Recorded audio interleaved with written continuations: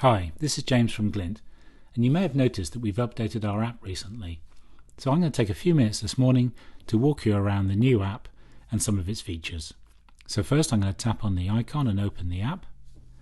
I'm going to enter my passcode, and you can see here we land on the dashboard. And the dashboard consists of three different drawers: the card drawer, our balances drawer, and the top stories. So let's start in the card drawer. So this is the new card design, and I can choose here to freeze the card if I wish. I can get a reminder of my PIN, and I can also choose which wallet the card is attached to. So let's just have a little closer look at that. So you can see in this instance it's connected to my gold wallet, but I can also choose dollars, pounds or euros. Beneath that is a map of where the gold is held in the Brinks Vault in Switzerland. Next, let's have a look at the balances drawer.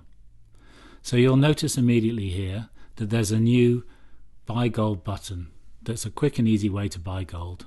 So let's tap on that, and you can see that this has an option here for express buying or bank transfer.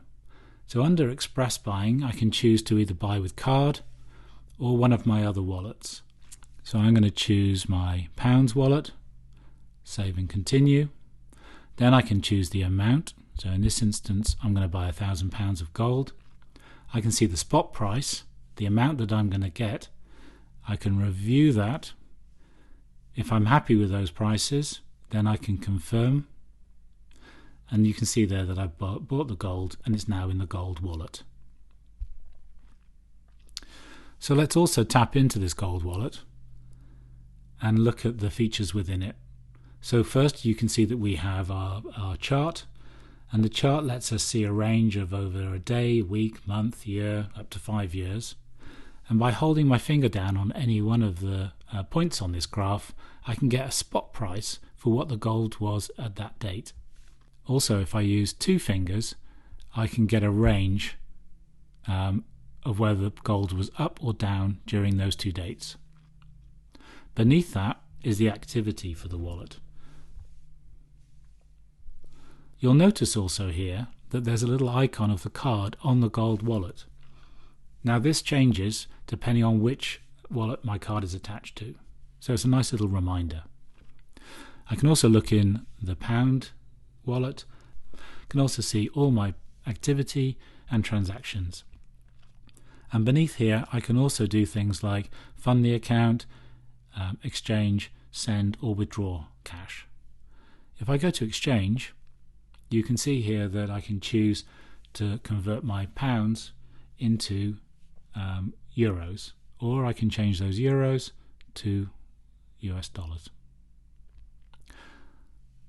And then by putting in an amount, I can review the exchange rate and confirm it.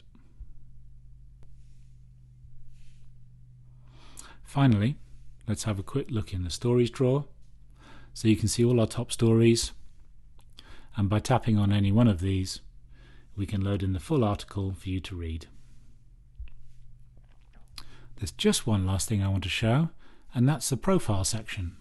So by tapping on my profile picture at the top, you can see all of the things you'd expect to find in profile, like your help and support. Plus, I'd like to show you our statements here. So in the statements I can choose a date range. So in this instance I will pick March, and then I can export as a CSV file or a PDF. And by tapping on one of those, I can bring up the share sheet, and that lets me send that PDF either via AirDrop or email or text message or any other one of these share icons. Finally, I'm going to show you a little tip about increasing the security of your app. So you can tap on privacy and security, and most modern phones now have Face ID or they have a fingerprint biometrics. So if I turn on my Face ID, it uses my face to turn it on, and then from that point onwards I don't need to use a code to enter the app. So that was a little walk around of the new app. We hope you'll enjoy it. If you have any feedback, don't hesitate to contact us on feedback@glintpay.com. We'd love to hear any comments or suggestions. If you have any problems with your account, whether it's logging in or queries around your transactions, please do not hesitate to contact our customer support team, and you'll find their details in the profile section of the app. There's also details on the website, and I'll also include the email address and phone number at the end of this video. Thank you. Bye.